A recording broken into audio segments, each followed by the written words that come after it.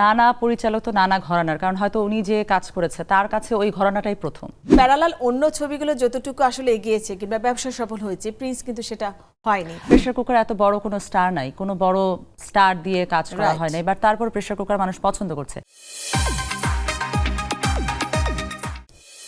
দর্শক হিসেবে শাকিব খানের কাছ থেকে কি প্রত্যাশা করেন? Shakib Khan himself is a big star, তো আমরা খুবই সাধারণ দর্শক। আমার কাছে মনে হয় যে এত বড় একজন মেগা স্টার, যার দেশ, মানুষ এবং আমাদের পুরো বাংলাদেশের অনেক রেসপন্সিবিলিটি তার ঘাড়ে। আসলে উনি আমাদের ইন্ডাস্ট্রিকে অনেক সামনে, অনেক বেশি সেটাকে মানুষের সামনে হাজির করতে পারেন নানাভাবে।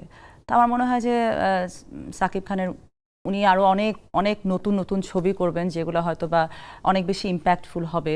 শুধুমাত্র কমার্শিয়াল ছবি ছাড়াও অনেক কাজ করা পসিবল, যেটা হয়তো বা আমার মনে হয় যে দেশ এবং আমাদের সোসাইটি এবং সাধারণ মানুষের লাইফে অনেক বড় একটা ইম্প্যাক্টফুল হতে পারে। মানে চরিত্র নির্ভর কোনো চরিত্র নির্ভর, হ্যাঁ, চরিত্র নির্ভর। কারণ হ্যাঁ, উনি এত বড় মেগা স্টার, কারণ উনি এখন এমন একটা ক্ষমতায় হয়তোবা যেটা উনি বলবে মানুষ খুব সহজে সেটা গ্রহণ করবে, তাদের কাছে খুব জিনিসটা তারা ফলো করতে পারে। তো আমার কাছে মনে হয় সেদিক থেকে এরকম ছবিও করা উচিত, যেটা অনেক বেশি আমাদের দেশের জন্য বা মানুষের জন্য কাজের হবে, ইম্প্যাক্টফুল হবে। হ্যাঁ, ইম্প্যাক্টফুল হবে। কিন্তু দেখা গেল এবারে যে ছবিগুলো মুক্তি পেয়েছে, প্রেসার কুকার বলি কিংবা দম বলি কিংবা বনলতা এক্সপ্রেস, প্রিন্সও মুক্তি পেয়েছে। হ্যাঁ, তো সেই জায়গা থেকে যে আমাদের মেগাস্টারের একটা ছবি আর কি একটু হলেও আর কি এটা আসলে আমি একজন মেগাস্টারের কথা বলবো না, এটা তো অনেক কিছু, আমি যতটুকু নিউজে দেখেছি আর কি, আসলে একটা ছবিতে তো অনেক কিছু ডিপেন্ড করে, নট অনলি যে একজন স্টার হলি। হ্যাঁ, সেটা আমি অবশ্যই অ্যাডমায়ার করি, কিন্তু তারপরেও দেখা গেছে যে প্যারালাল অন্য ছবিগুলো যতটুকু আসলে এগিয়েছে কিংবা ব্যবসা সফল হয়েছে, প্রিন্স কিন্তু সেটা হয়নি। তো এই কারণটা কি আসলে? যে অনেকগুলো হচ্ছে টেকনিক্যাল অনেক ইস্যু আছে, সেটা আমরা জানি, হল ডিস্ট্রিবিউশন থেকে শুরু করে অনেকগুলো ব্যাপার আছে। তারপরেও যে মেগাস্টারের তো একটা ছবি হয়তো 3 দিন আগে আসলো কিংবা 3 দিন পরে সেটা মুক্তি পেল, তো এখানে কি মনে হয় না যে আসলে একই রকম ছবি আমরা শাকিব খানে দেখছি, একই ঘরানার একই রকম অ্যাকশন ফিল্ম, সেখানে তিনি ভিলেন হয়ে উঠছেন এবং কিং খান শাকিব খান সেখানে একজনই নাম, কিংবা কখনো কিং খান কখনো হচ্ছে প্রিন্স, মানে তিনি আমার মনে হয় ওই একই ঘরানার চরিত্র। হ্যাঁ, কিন্তু এটা আসলে আমি একই ঘরানা, এখন আসলে নানা পরিচালক তো নানা ঘরানার, কারণ হয়তো উনি যে কাজ করেছে তার কাছে ওই ঘরানাটাই প্রথম। আরেকজন ডিরেক্টর যেমন রাফি প্রেসার কুকার করেছে, রাফির জন্য এই প্রেসার কুকার ঘরানাটা প্রথম।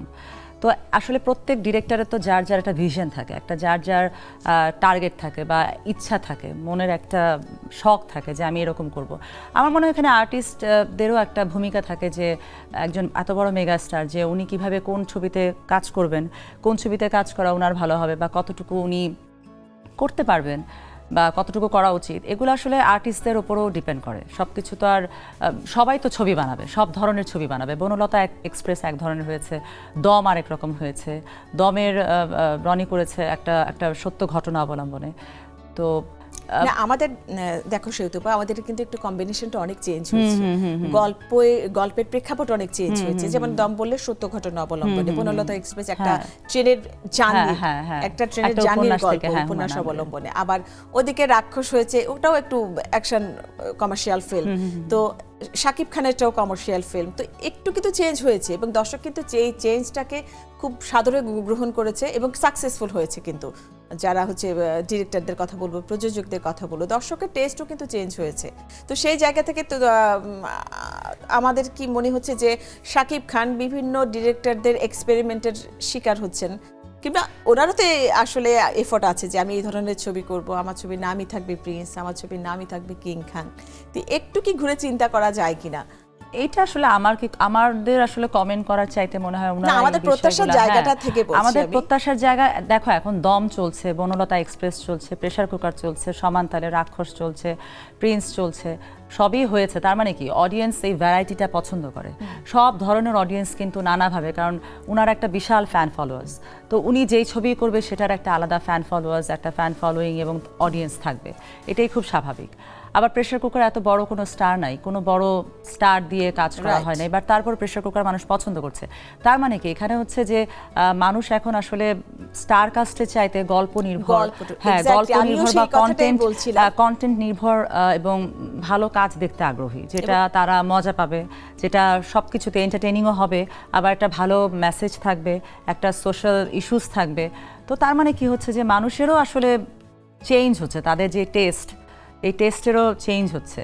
তো এখানে আসলে এটারা ওনারাই ভালো বুঝবেন যে কতটুকু, কারণ এত বেশি এক্সপিরিয়েন্স আর্টিস্ট, ওনার এত বড় মেগা স্টার। সো এটা আসলে ওনাদেরই কল, ওনাদের ডিসিশন।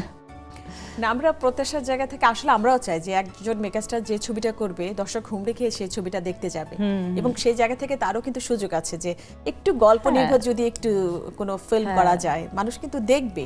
এবং যেটা বললাম বনলতা এক্সপ্রেস, সেখানে সবাই কিন্তু ছোট পর্দার আর্টিস্ট, এবং যেটা বললে প্রেসার কুকার, সেখানে কিন্তু সবাই ছোট পর্দার আর্টিস্ট, কিন্তু ব্যবসা সফল হয়েছে, কারণ মানুষ এখন টেস্ট চেঞ্জ করছে, যে গল্পটাই আসলে প্রধান, এবং গল্প নির্ভর চলচ্চিত্রগুলো দেখতে বেশি যাচ্ছে, এবং আমাদের সেই প্রত্যাশা থাকবে গল্প নির্ভর চরিত্রে আমরা সবাইকে দেখব, গল্পগুলো দেখব, এবং আমরাও বড় পর্দায় গিয়ে সিনেমা দেখব।